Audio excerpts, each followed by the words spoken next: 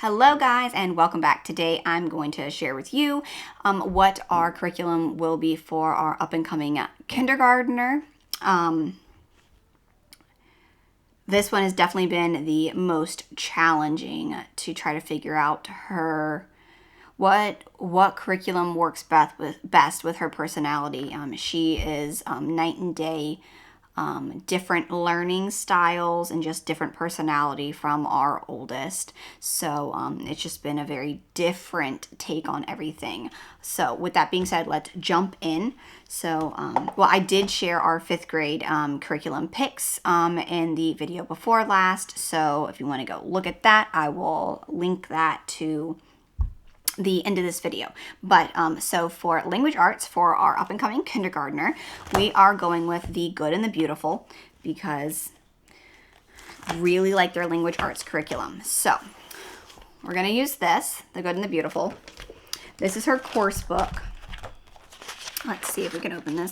This is a lesson of lesson 37, and that's the only page of it. I like the way the Good and the Beautiful has the beautiful artwork. I really like it.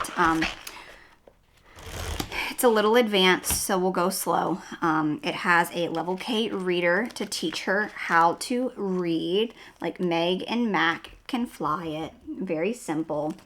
And that'll be good. And it comes with some phonics cards, and it has different things for letters that were learned and letters that have not been learned. I have different bags to divide those. And then the ones that have been mastered will go into a separate little Ziploc bag. But these are the phonics cards that they have, and they kind of have already come. You see, I've already started taking them apart. They have little perforated things, so you can fold them and take them apart.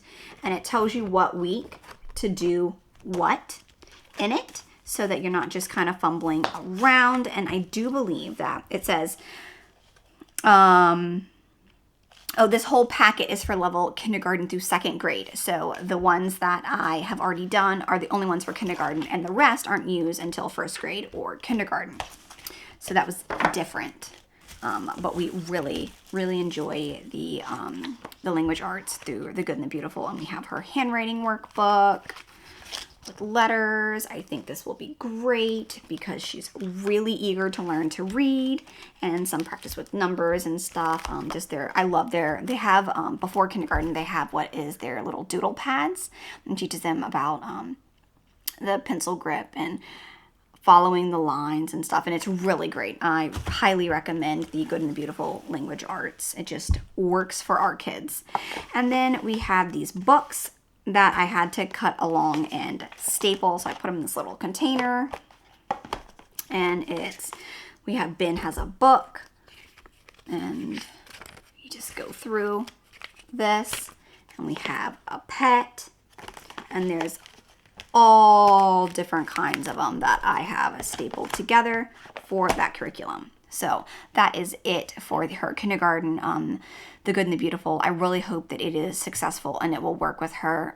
In the past, I know I was at a fork in the road, truly, because Good and the Beautiful seemed almost too advanced.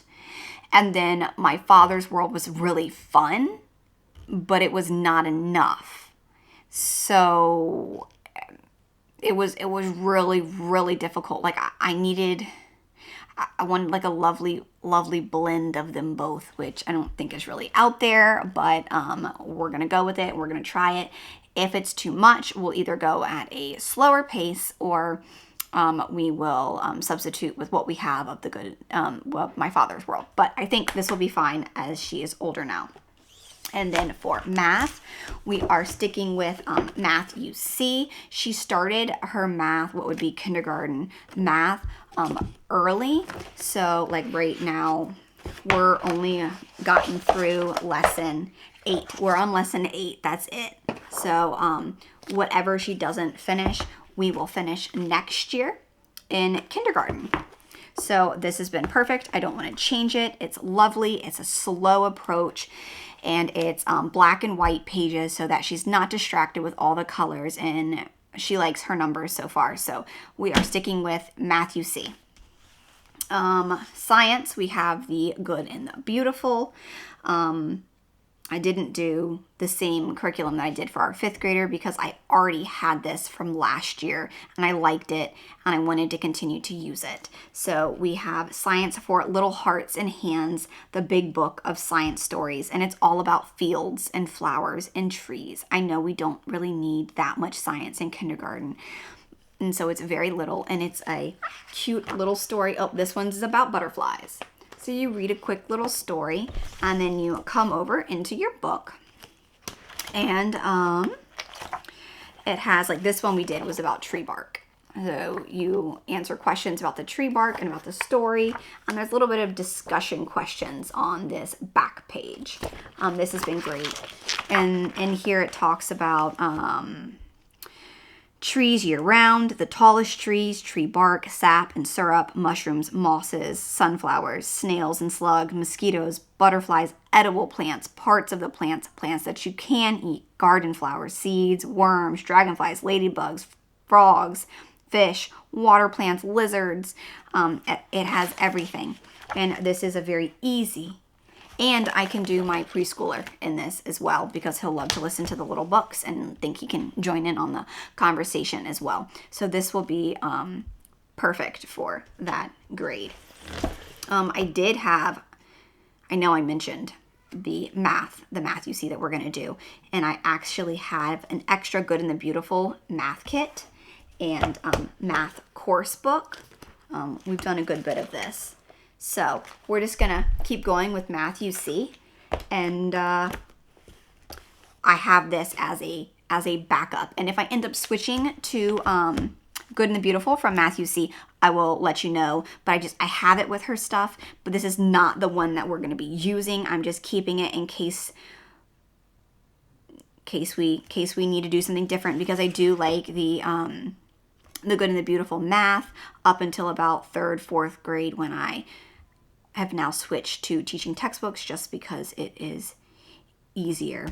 I have an extra phonics pathway book, never used it, don't plan on using this, but it's great to, it's a classical approach, so it helps teach them how to read, and just some of this. I kind of use this as like a teacher reference more than a student workbook.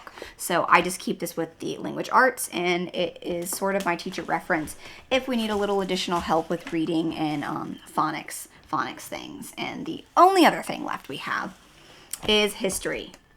While history is the story of the world audio CD, sometimes it's a little too older for her. So we have The Beautiful Feet. It is very difficult for me to read a lot of history books. It's just not my strong suit. So we're going to go at a very slow pace. This curriculum for Beautiful Feet is technically kindergarten and 1st grade. It is split in the middle. So right here is what I'm showing you is only the books for the kindergarten part. And I'm also figuring we can do these as bedtime stories, and just regular stories. And my 5th grader will be able to read these during the day to the kids, and we can talk about it. So it is all about American history. Here we have it's early American history. And this is what the teacher book looks like. And I have up here just written kindergarten is lesson 1 through 46, and then 47 through 94, those lessons are in 1st grade. So we'll see. I have heard that some of the pictures can be a little graphic for the older, more suitable for the older kids. So keeping that in mind as I go through. But this is just kind of a supplement. Hey, let's read a book. It's about history, because Story of the World is great for her to hear. But this is just some fun reading we can do. And it talks about, we have the Vikings, and it shows you here on this page. It's 3 lessons on this page that we can do. And these are all the books that comes with it. We have Discovery of the Americas. We have Squanto's Journey, Jamestown, Pocahontas, Encounter, Columbus, Pilgrim Stories, The Courage of Sarah Noble, and Leaf the Lucky, which we had already started. So those are the picks for history, and that about sums it up for our kindergartner. If you have any questions on any of these, just drop them in the comments below, or do you want to see anything more in depth in any of these, I can do a book flip through. But if not, next week we move on to our up and coming preschooler, kind of pre-K-er, however you want to call it, and I will show you what we are going to be doing for him.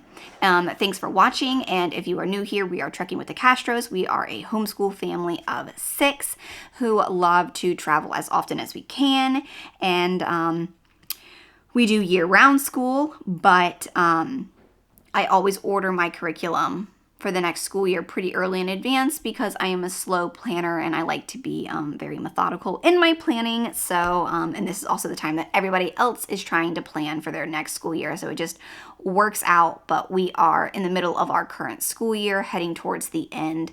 So I thought I'd just leave this here for everyone, and hope you like it and let me know what you think. Bye.